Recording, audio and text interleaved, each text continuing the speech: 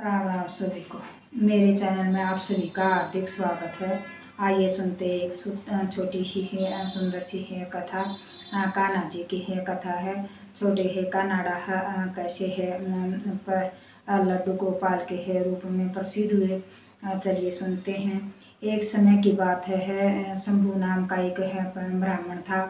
उसके 4 साल का लड़का था। वो उसका नाम बोला था। वह हमेशा कृष्ण का भजन में लगा रहता, उसकी सेवा करता, उसका भोग लगाता और हर हमेशा ऐसे उसमें की सेवा में लगा रहता। एक समय है उसका काशी से है से पुराण पढ़ने का नौता आया, तो उसने है न मना कर दिया। औरों के है कहने पर वह वहाँ जाने के लिए तैयार हो गया। तो उसने अपने है लड़के को बुलाया। बोला शंभू हो मैं बाहर जा रहा हूँ, कुछ दिनों के लिए बाहर जा रहा हूँ और तुम है इसका कान्हा का भोग लगा देना। मैं भोग बना दे तैयार कर दूंगा और तुम भोग लगा देना। बोले कि है पिताजी मुझे तो भोग लगाना ही नहीं आता है कि है कैसे भोग लगाते हैं।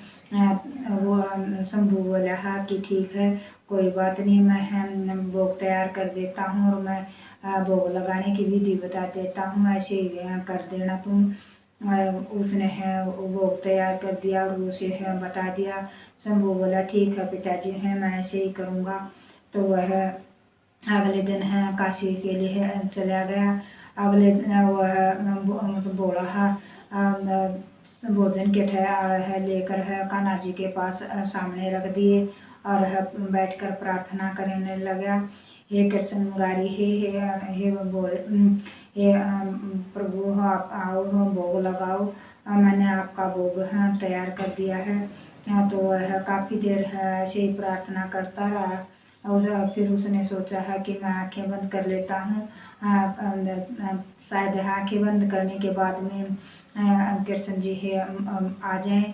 तो उसने है आंखें बंद कर ली और वह फिर से प्रार्थना करने लगा। हे कृष्ण जी आओ भोग लगाओ, हो हे कान्हा जी आओ भोग लगाओ। तो उसने फिर आंखें खोल के देखी तो खाने के थाल ऐसे ही रखे हुए थे। वह फिर भोला बोला कि हे प्रभु कान्हा जी आप भोग लगाओ, नहीं तो मैं भी भोग नहीं लगाऊंगा। मैं भी मुझे बहुत ज़ोरों से भूख लगी हुई है, आओ जल्दी से भोग लगा लो। तो वह ऐसे प्रार्थना करता है। उसने है देखा थाल ऐसे ही रखे हैं, उसे है पता नहीं था कि प्रभु कैसे भोग लगाते हैं। तो उसने सोचा प्रभु खुद आकर के हम इस खाने को खाएंगे। तो वह ऐसे करता रहा। फिर उसने रोते हुए है प्रार्थना करी। तो भगवान काफ़ी देर तक है उसकी ही प्रार्थना सुनते रहे, मगर है वह इंतजार नहीं कर सके है उस बालक की है प्रार्थना सुनकर। वह एक छोटे से है कान्हा के रूप में प्रकट हो गए और वह भोला बोला हे कान्हा जी आप आ गए हैं, आप भोग लगाइए, फिर आपके बाद है मैं खाना खाऊंगा, मुझे भी बहुत भूख लगी है। कान्हा ने है वह सारा खाना चट कर दिया। तो शाम को जब उसका पिताजी आया शंभू आया तो बोला कि है वो भोग तैयार किया था वह कहाँ है। बोला कि है पिताजी है वह तो कान्हा ने है पूरा ख़त्म कर दिया, सारा खा गए। उसने सोचा है कि बच्चे को भूख लगी होगी और इसने है खा लिया है, कोई बात नहीं चलो। उसने है ऐसे ही टाल दिया। अगले दिन पे उसका हर रोज का यही काम हो गया था। वह भोजन खाना का तैयार करता, भोग तैयार करता उसका और वह फिर पूरा भोजन खा जाता। तो हर रोज का उसने सोचा कि लड़का तो झूठ बोलने लग गया, ऐसे कैसे हो सकता है अभी कान्हा पूरा भोजन खा जाए। तो उसने अगले दिन शंभू ने है लड्डू बना दिए और दो थाल भर कर रख दिए। बोले है और खुद छुप के बैठ गया।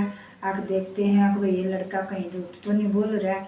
वह भोग लगाने लगा तो उसने प्रार्थना करी है। छोटा कान्हा के रूप में है वह प्रकट हो गया। उसने एक लड्डू तो खा लिया, दूसरा खाने लगा, तभी है शंभु आकर है पैरों में गिर गया।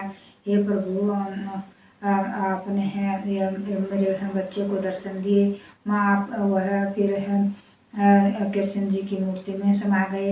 एक लड्डू खा लिया, दूसरा हाथ में ऐसे मुंह में जाने वाला था, ऐसे हाथ में लिए लिए है वो मूर्ति में समा गई। और बोले फिर बोला शंभु प्रार्थना करने लगा। ये प्रभु, मैं तो आपकी इतनी भक्ति करता हूँ, इतनी सेवा करता हूँ, आपने मुझे दर्शन नहीं दिए है। मेरे बेटे को तो भोग भी नहीं लगाना आता है, आपने इसको दर्शन दिए। तो फिर आकाशवाणी हुई, शंभु मैं इस बच्चे की प्रार्थना अस्वीकार नहीं कर सका, इसलिए है मैंने इसकी प्रार्थना सुनकर है आना पड़ा। यह बहुत ही कोमल और है बहुत ही सरल स्वभाव का है, इसमें कोई छल कपट नहीं है, इसलिए मुझे इसके है पुकारने पर आना पड़ा। जो भी मुझे प्रेम सहित और बगैर छल के है पुकारता है, मैं उसको अवश्य दर्शन देता हूँ। तो मैंने है इसके है भाव में है कोई छल कपट नहीं थी, यह बहुत ही प्रेम भाव से बुला रहा था, इसलिए मैंने इसके को दर्शन दिए। जय हो हे कृष्ण महाराज, जैसे भी है इस पंडित और लड़के को दर्शन दिए है, इनका बेड़ा पार किया।